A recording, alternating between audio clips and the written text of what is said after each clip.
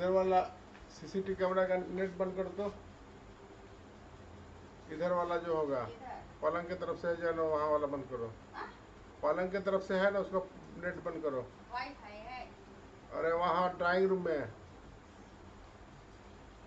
पलंग की तरफ से प्लान में लगल है।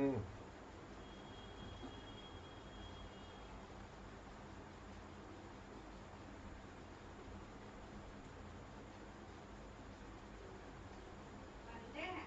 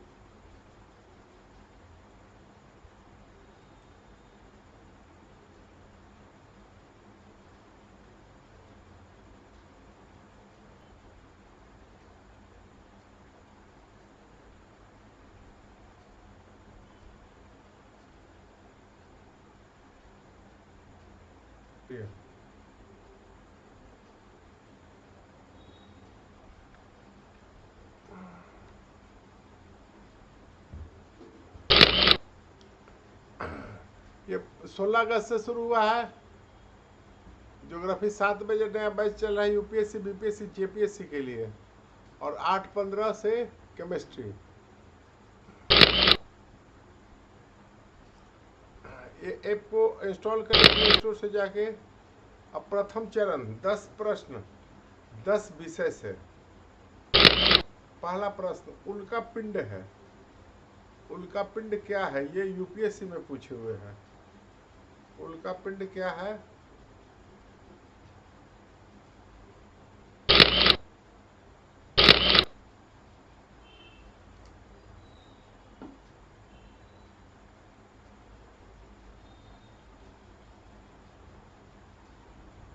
तीव्र गति से चलता तारा बाह्य अंतरिक्ष से पृथ्वी के वायुमंडल पर द्रव का अंश, तारामंडल का भाग या पुच्छहीन धूमकेतु। आंसर भेजिए। ज्योग्राफी का पहला टॉपिक है खगोल की उछल तारा मेटियोर।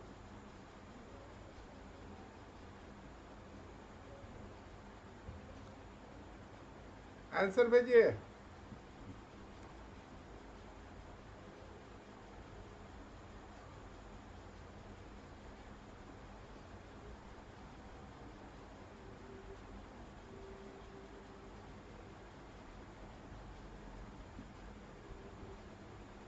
गुड इवनिंग राजेश्वर जी, good evening Vinita ji. Answer भेजिए। उल्का क्या है? तीव्र गति से चलता तारा बाह्य अंतरिक्ष से पृथ्वी के वायुमंडल पृष्ठ द्रव का अंश। डी, या तारामंडल का भाग या पुच्छहीन धूमकेतु। तो सोलर सिस्टम में हम लोग का सोलर सिस्टम को अलग यूनिट मानना है जी। तो उसमें 6 है, जिसमें उल्का पिंड या उल्का पात अलग है और धूमकेतु अलग है। ये हो गया बाह्य अंतरिक्ष से पृथ्वी के वायुमंडल पर द्रव का अंश। तो ये सामान्यतः जो है इस तरह का छोटा रेत का कण का रहेगा, और ये जब पृथ्वी के वायुमंडल में प्रवेश करता है तो 40,000 किलोमीटर से अधिक स्पीड से ये करता है। तो जब चलेगा तो जलने लगता है। तो हम लोग को लगता है क्या यहाँ से कि टूटता हुआ तारा है, लेकिन ये तारा नहीं है। तो धूमकेतु अलग होता है। 6 में एक हो गया उल्का पिंड या उल्का पात अलग है, और एक सूर्य हो गया, एक ग्रह हो गया पृथ्वी। शरीर का तापमान नियंत्रित करता है medulla, thalamus, hypothalamus, cerebral, Belum, या उपयुक्त में से कोई नहीं, या उपयुक्त में से एक से अधिक। 65 बीपी से पूछा है, बताइए। बॉडी का टेम्परेचर, तो हम लोग क्या है, हम लोग है वार्म ब्लडेड। वार्म ब्लडेड जो है वो बॉडी का टेम्परेचर क्लाइमेट के इरेस्पेक्टिव मेंटेन कर लेता है। सी, हाइपोथैलेमस ग्लैंड, बिल्कुल सही है। ये क्या हुआ, यहाँ रहेगा थैलेमस, हाइपोथैलेमस सब ब्रेन में रहेगा, तीनों ब्रेन में, चारों ब्रेन में रहेगा। कॉम्प्लिकेशन मतलब निम्नलिखित में से कौन सबसे पूर्वकालिक जैन ग्रंथ कहलाता है जी? पूर्वकालिक यानी सबसे पहले जैन। 12 अंग, 12 उपांग, 14 पूर्वाह और 14 उपवर्ग। ये 40 बीपीएससी में पूछे हुए हैं। डी, 14 उपवर्ग।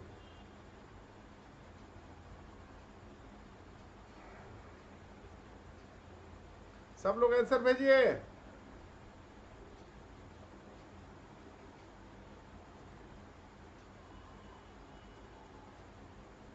ये डी नहीं होगा जी, ये पूर्वा। देखिए पूर्वा है तो मतलब पूर्व, तो पूर्वा हुआ तो 14 पूर्वा था।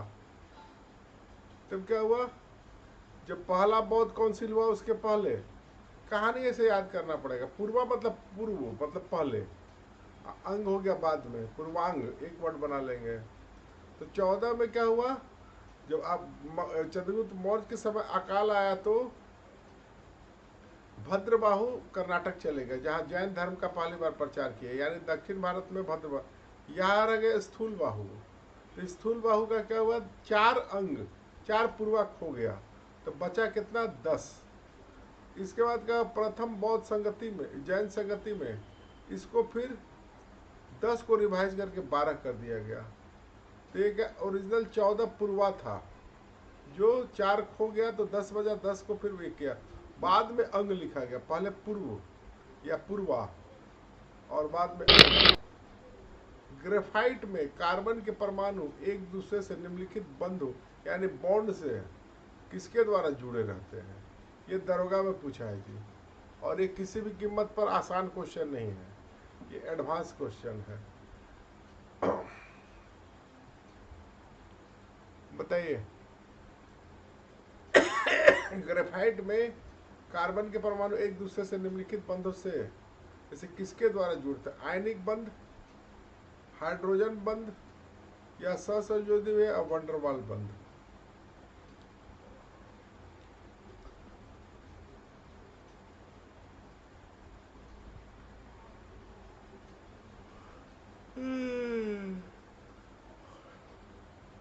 ये सब सीधा रट जाना, ज्यादा दिमाग नहीं खपाना है, कैसे हुआ क्या हुआ ज्यादा नहीं। और ये एडवांस क्वेश्चन, हाईएस्ट लेवल का क्वेश्चन है।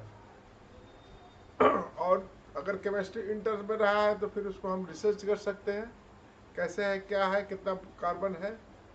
तो कार्बन में 4 होता है, ये वैलेंसी इलेक्ट्रॉन 4 होता है। तो ये अन्य कार्बन से जो है वो करके ये कोवेलेंट बॉन्ड बनाता है। तो ग्रेफाइट में कोवेलेंट बॉन्ड बनाएगा यानी शेयरिंग करके, और शेयरिंग करके सब अपना ऑक्टेट पूरा कर लेता है। निम्नलिखित में कौन सा कथन भारत के संविधान की चौथी अनुसूची का सही वर्णन करता है? तो सब पीटी का मेन क्वेश्चन है। अनुसूची जो है मेन में भी आ सकता है, सी ग्रेड का। इसमें संघ और राज्यों की शक्तियों के वितरण का अंतर्निष्ठ है। इसमें संविधान में सूचित भाषाओं दी गई है। जनजातीय क्षेत्रों में प्रशासन संबंधी अंतर्निष्ठ, राज्यों की सभा में राज्यों के आवंटन की जानकारी अंतर्निहित है। विनीता बता रही डी, रागेश्वरी डी, और लोग भेजिए डी, ये डी है जी। तो तीसरा में कसम है, तीसरा में, थर्ड में क्या है? कसम। तीसरी कसम एक सिनेमा था जी, उसमें राज कपूर थे, बिहार में आके शूटिंग हुआ था उसके, वहीदा रहमान थी। तो तीसरी कसम, कसम मतलब शपथ या ओथ, ओथ में था। और उसका हीरो कौन था? राज कपूर। तो राज्यसभा में राज्यों के स्थान का आवंटन है ये। तो जैसे तैसे ऑब्जेक्टिव निकाल लेना है इसको। पृथ्वी के चारों ओर परिक्रमा करे कृत्रिम उपग्रह, इसके लिए पृथ्वी पर नहीं गिरता है। इसलिए पृथ्वी पर नहीं गिरता क्योंकि पृथ्वी का आकर्षण उसकी दूरी पर अस्तित्वहीन होता है। चंद्रमा का आकर्षण से निष्क्रिय हो जाता है। उसकी नियमित चाल के लिए आवश्यक गति प्रदान करता है, उसकी गति के लिए आवश्यक त्वरण प्रदान करता है। ये सब दिक्कत हो तो नेट पर देख लेंगे जी, और मोटा मोटी रट जाएंगे।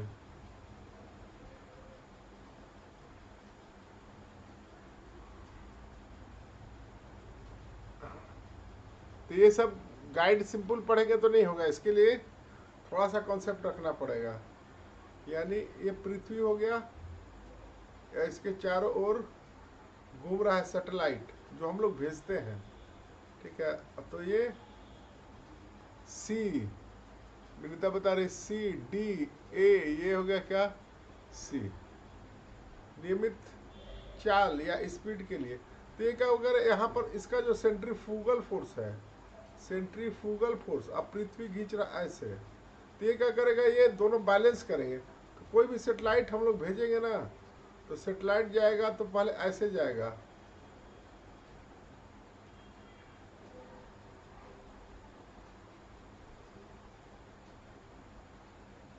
तो पृथ्वी से सेटेलाइट हम लोग भेजेंगे तो पहले ऐसे भेजेंगे, फिर इसको ऐसे करेंगे, फिर ऐसे ऐसे करेंगे तो ईंधन देना पड़ेगा, तब ये क्या? फिर ऐसे घूमने लगेगा। इसको लगातार हमको यहाँ से थ्रस्ट देना पड़ता है। तब क्या हुआ? ये सैटेलाइट जो घूम रहा है तो पृथ्वी खींच रहा है ऐसे, और ये सेंट्रीफ्यूगल फोर्स, सेंट्रीफ्यूगल फोर्स और ये का अट्रैक्शन, तो ये क्या करेगा? ये पृथ्वी का आकर्षण और दोनों बैलेंस रहता है, तो ये हो पाता है।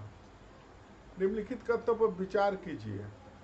कैपिटल पूंजी, corporate, custom, entertainment, excise, expenditure. अब इसमें क्या है? प्रत्यक्ष कर कौन है जी? Direct tax. डायरेक्ट टैक्स मतलब क्या? उसी से लिया जाएगा, उसी व्यक्ति से लिया, और ये रटना है जी, सीधा सीधे इसको ट्रिक से रटिए या जैसे भी कीजिए, ये रटना पड़ेगा।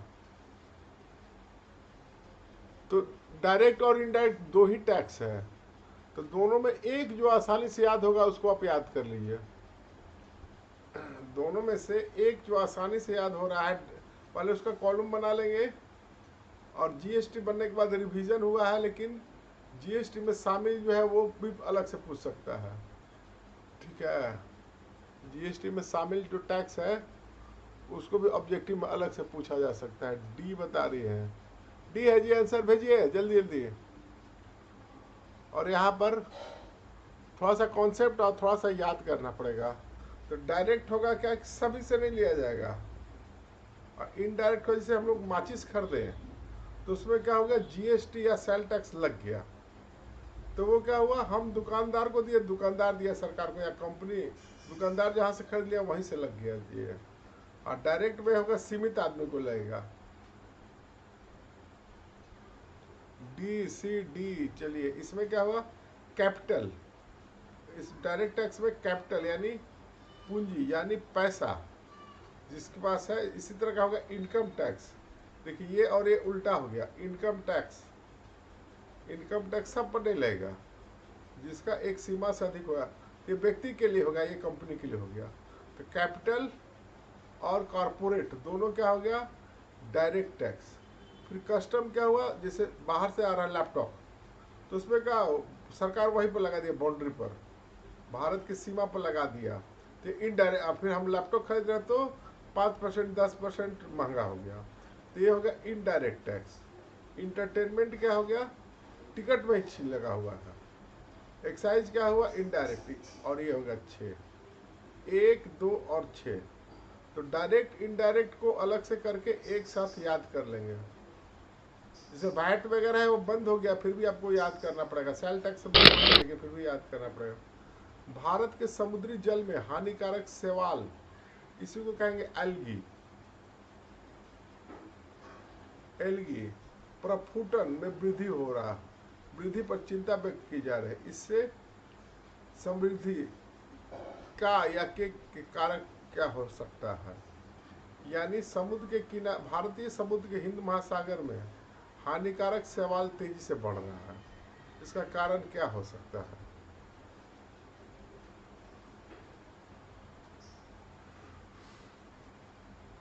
ये सब यूपीएससी वाला क्वेश्चन है। देखिए यूपीएससी 11 में पूछे हुए हैं।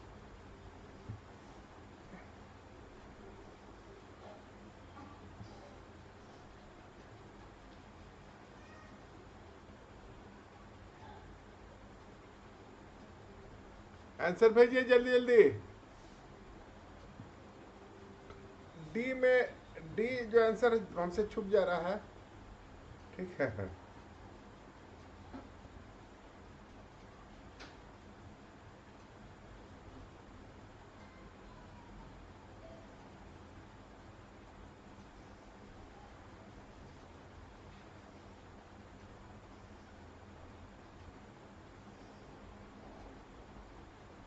चलिए अब आंसर आ गया सही, बताइए आंसर भेजिए।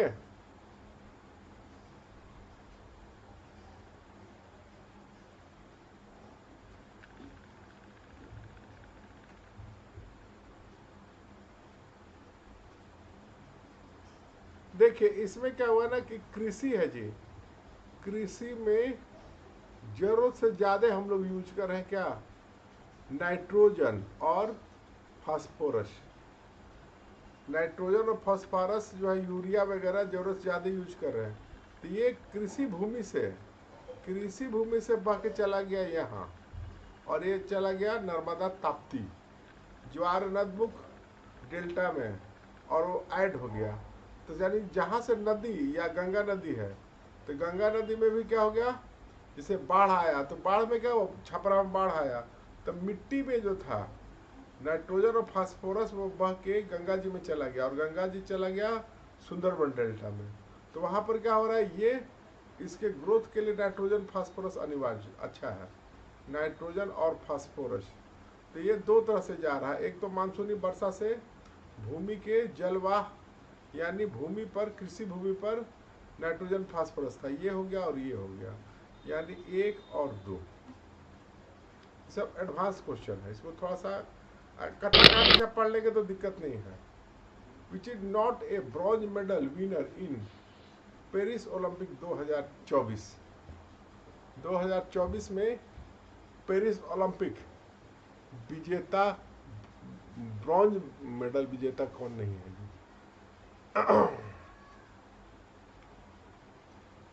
ते 5 है ब्रॉन्ज मेडल जीता है लोग, और नीरज चोपड़ा हो गए छठा जो सिल्वर मेडल जीते। गोल्ड मेडल एक भी नहीं आया हम लोग का, और हम लोग को इसमें गोल्ड मेडल नहीं होने के चलते 71वां पोजीशन हो गया, जो पिछले साल से 48 था। सी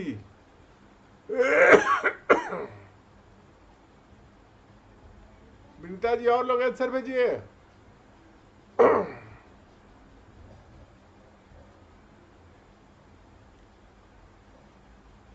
तो ये पांचों का नाम याद करना पड़ेगा। जो ब्रॉन्ज टोटल हम लोग को मिला है क्या, 1 सिल्वर और 5 ब्रॉन्ज। ये हो गया सिल्वर और ये हो गया ब्रॉन्ज, यानी टोटल कितना हो गया 6। और 6 के बाद आया 7 एक। तो पांचों का नाम याद करना पड़ेगा जी। देखिए अमन शेरावत, अमन हो गया। एक मन से क्या होगा, मनु भाकर। अब मनु भाकर क्या था, जब मनु भाकर 2 जीती, एक इंडिविजुअल में और एक सर्वजोत के साथ।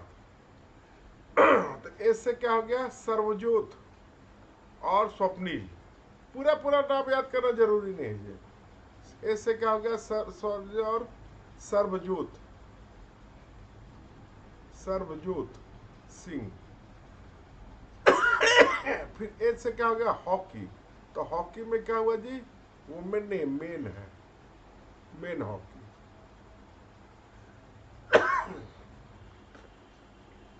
इसमें क्या हो गया, वुमेन नहीं मेन टीम जीता। वुमेन क्वालिफाई ही नहीं कर पाया था। अब देखिए ये सब पीटी का मेन, पीटी मेन ऐसे ऐसे में जरूरत पड़ेगा। तो कोई भी चीज ऐसे लिख रहे हैं तो उसमें क्या हो गया, अंतर्राष्ट्रीय जो मान्यता प्राप्त संगठन है उसमें क्या भारत का पोजीशन है, उसके सूचकांक में क्या पोजीशन है, इसको मेन में भी यूज कर सकते हैं। एनर्जी ट्रांजिशन इंडेक्स, ऊर्जा संक्रमण सूचकांक, इंक्लूसिव डेवलपमेंट समावेशी विकास, sustainable development goal 23, 24, environment performance index 76।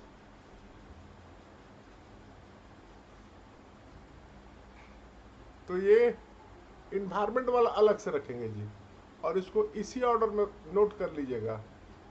इसके पहले 4-5 ठो है इसी ऑर्डर में,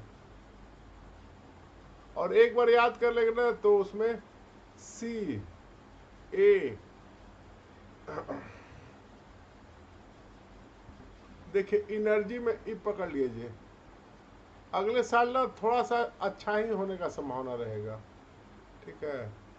एनर्जी में देखिए ई पकड़ लीजिए, ई का उल्टा किए तो क्या हो गया, ई पकड़ लिए, ई से क्या हुआ, ई से उल्टा किए तो क्या हुआ 3, 6, ये सही है, यानी ये सही है। इंक्लूसिव ग्रोथ में क्या 62, ये भी सही है। सस्टेनेबल डेवलपमेंट में इससे क्या हो गया 100 प्लस, और ये जो है ये है 176, 176वां पोजीशन, 76 नहीं 76 नहीं 176 पोजीशन। अब पिछले बार 180 था जी, पिछले बार 180 वर्ल्ड में लास्ट दिया था सब। तो ये सब में बहुत सारा ऑर्गेनाइजेशन है जो फॉल्स है, वो एक देश किसी देश को बदनाम करने के लिए। तो डी है इन्वायरमेंट। देखिए एनर्जी ट्रांजिशन मतलब रिन्यूएबल एनर्जी कौन कर रहा है, इसमें 63वां है। इंक्लूसिव डेवलपमेंट मतलब डेवलपमेंट विद इन्वायरमेंट, इसमें 62वां है।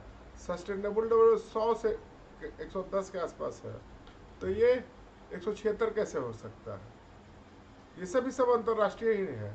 ये नहीं कौन है, ये डी। चलिए अब बताइए इसमें से कौन चाहिए जी। करंट अफेयर छोड़ दिए, करंट अफेयर नहीं कर पाए हैं। रागेश्वरी बताइए, करंट अफेयर तैयार करना पड़ेगा। भारत का भूगोल अर्थशास्त्र, भारतीय संस्कृति, स्वतंत्रता संग्राम, भारतीय संविधान, विज्ञान प्रौद्योगिकी, इसमें से किसको करना है।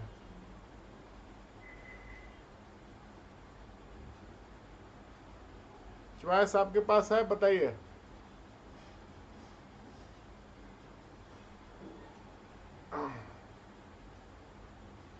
दो, भारतीय संस्कृति और स्वतंत्रता संग्राम। भारतीय संस्कृति और स्वतंत्रता संग्राम। चलिए, ये हो गया अंडमान निकोबार। यहाँ सुभाष चंद्र, ये भतीजी है और उसकी मम्मी है। ये ट्राई कलर सुभाष चंद्र पहला बार यहाँ पर आए थे जी 1943 अक्टूबर में। तो ये सब इतिहास से गायब है, जल्दी पढ़ने को नहीं मिलता है। ये हो गया सेलुलर जेल, देखिए यहाँ पर है लोग, सब लोग। सेलुलर जेल एक बार जिंदगी में जरूर जाना चाहिए। देखिए ये रात में सीन हो गया, ये दिन का सीन हो गया। यहाँ पे पहले बसेगा अंडमान, तब बसेगा हिंदुस्तान, नारा था वहाँ क्रांतिकारियों को। अब बताइए, निम्नलिखित में से किसने इंडियन नेशनल कॉन्फ्रेंस के नरमपंथी यानी गोखले गुट की व्यवस्थित आलोचना के लिए न्यू लैम्प फॉर ओल्ड शीर्षक लेखों की श्रृंखला की? यूपीएससी में पूछे जी। और एक किताब का नाम भी याद करना पड़ेगा। और इसका विषय वस्तु क्या हो गया? जो नरमपंथी थे, अंग्रेज के दलाल थे, ठीक है, तो वो लोग ना गरमपंथी से ज्यादा झगड़ा करता था अंग्रेज के तुलना में। जो नरमपंथी थे, गोपाल कृष्ण गोखले वगैरह और सुरेंद्रनाथ बनर्जी वगैरह, वो लोग बाल पाल लाल सुहाते नहीं था, अंग्रेज सुहाता था, अंग्रेज से बढ़िया से बतियाता था सब, लेकिन इन लोग से एंटी रहता था। बताइए ए विनीता, और लोग आंसर भेजिए। कल 8 बजे फिर रहेगा जी, कल मॉर्निंग में 8 बजे है। ओल्ड, ओल्ड से क्या होगा जी? Aurobindo Ghosh. New lamp for old, old कौन थे? अरविंदो घोष। तो ये क्या हो गया? ए सही हो गया। स्वदेशी आंदोलन के संदर्भ में लिखित कर्तव्य पर विचार किए। इससे देशी शिल्पकारों के कौशल उद्योगों को पुनर्जीवित करने में योगदान किया। स्वदेशी आंदोलन के एक घटक के रूप में राष्ट्रीय शिक्षा परिषद की स्थापना की गई थी। ये भी यूपीएससी में पूछा है जी।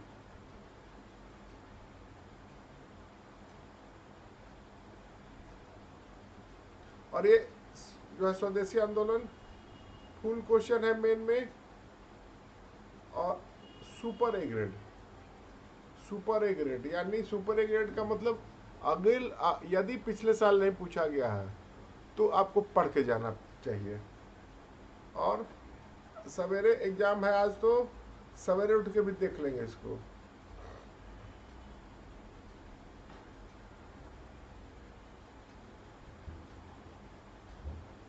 बताइए, आंसर भेजिए सब लोग।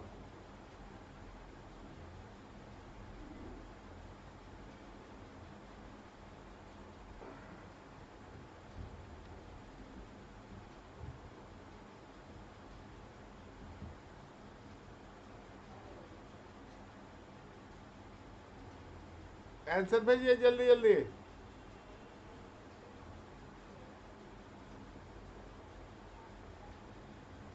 ये सही है, ये भी सही है, तो आंसर क्या हो गया? सी। सूची दो एक, सूची 1 और 2 को सुमेलित किया। सूचियों को दिए गए कूटों का सही उत्तर चुनिए। सूची 1, चटगांव आर्मरी रेड, अभिनव समिति, अनुशीलन समिति, कुका आंदोलन। इसमें से सबसे पहले एक जो हम दो बार देखिए, 2 बार यूपीएससी में पूछा है जी, 2000 में और 1999 में, लगातार 2 साल। चटगांव आर्मरी रेड, अभिनव, सी। चलिए सी ए देखते हैं। तो पहले का इसमें से जो आसानी से याद है जी, अभिनव। वह से क्या हो गया? वह से विनायक दामोदर सावरकर। बी का 3, बी का 3, या तो ये होगा या ये होगा। बी का 3 आ रहा है। अनुसूलन में क्या हो गया? अरविंदो घोष। तो ये लग रहा है ज्यादा। कु का क्या हुआ? राम, कु का राम, एक वर्ड। डी का क्या हो गया? दो। डी का हो गया दो, तो क्या हो गया? ए हो गया आंसर। अत्ता चटगांव क्या हो गया? कल्पना दत्त। तो ये क्या हुआ? ये भी थी, कल्पना दत्त भी थी। ठीक है, तो इनका नाम ऐसे ज़्यादा नहीं आता है, इनका आता है यूरोपीय क्लब वाला में, लेकिन इसमें सूरज सेन के साथ ये भी थी। रॉलेट एक्ट का भारतीय कांग्रेस ने विरोध किया क्योंकि इसका लक्ष्य था व्यक्तिगत स्वतंत्रता को सीमित करना, भारतीय राष्ट्रीय कांग्रेस को प्रतिबंधित कर, सांप्रदायिक प्रतिनिधित्व विस्तृत करना, देशद्रोह के आरोप में राष्ट्रीय नेताओं को बंदी बनाना।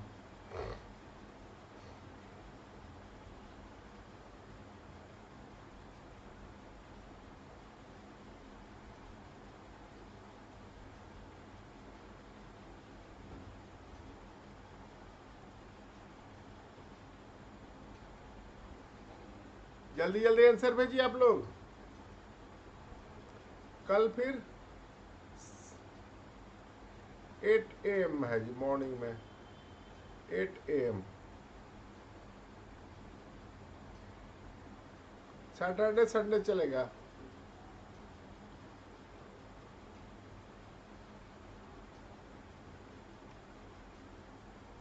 CA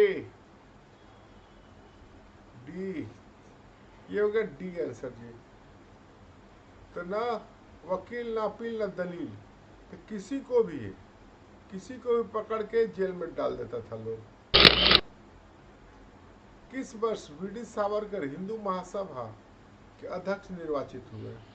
तो कांग्रेस लोग वीडी सावरकर को अंग्रेज का दलाल बोलता है लोग, लेकिन एक्चुअली फांसी पर चढ़ते चढ़ते बजे दो आजीवन कारावास का सजा मिला था इनको, लेकिन जेल से निकले तो देख रहे हैं कि यहाँ तो देश आजाद करने के बदले हिंदू समाज को बचाना अनिवार्य है, तो फिर सांप्रदायिक हो गए। जो राष्ट्रवादी थे वो सांप्रदायिक हो गए।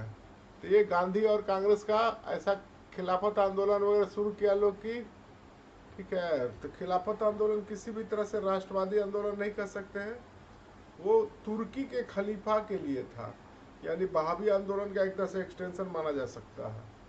तो आलोचना में आपको लिखना पड़ेगा ए, ये बिल्कुल सही है जी। तो जो फांसी पर चढ़ते चढ़ते बचे, 2 आजीवन कारावास, अंडमान, दोनों भाई बीडी सावरकर और विनायक दामोदर साहब, उनके भाई दोनों, ये हुआ। Thank you for watching. Video को लाइक कर दिए, कमेंट करते रहिए, कमेंट कर दिए, बाद में जो क्लास का कमेंट कर दीजिएगा। वीडियो को और पसंद आ रहा तो शेयर कीजिए, चैनल को अनिवार्यतः सब्सक्राइब कीजिए, तो आपको नोटिफिकेशन मिलेगा। बेल आइकन को भी प्रेस कर दीजिए। Okay, thank you. North Sikkim 0 point, देखिए इधर बर्फ है, काफ़ी खूबसूरत है। से पढ़ाई लिखाई कीजिए, तो फिर आगे हम लोग का संसद, नया संसद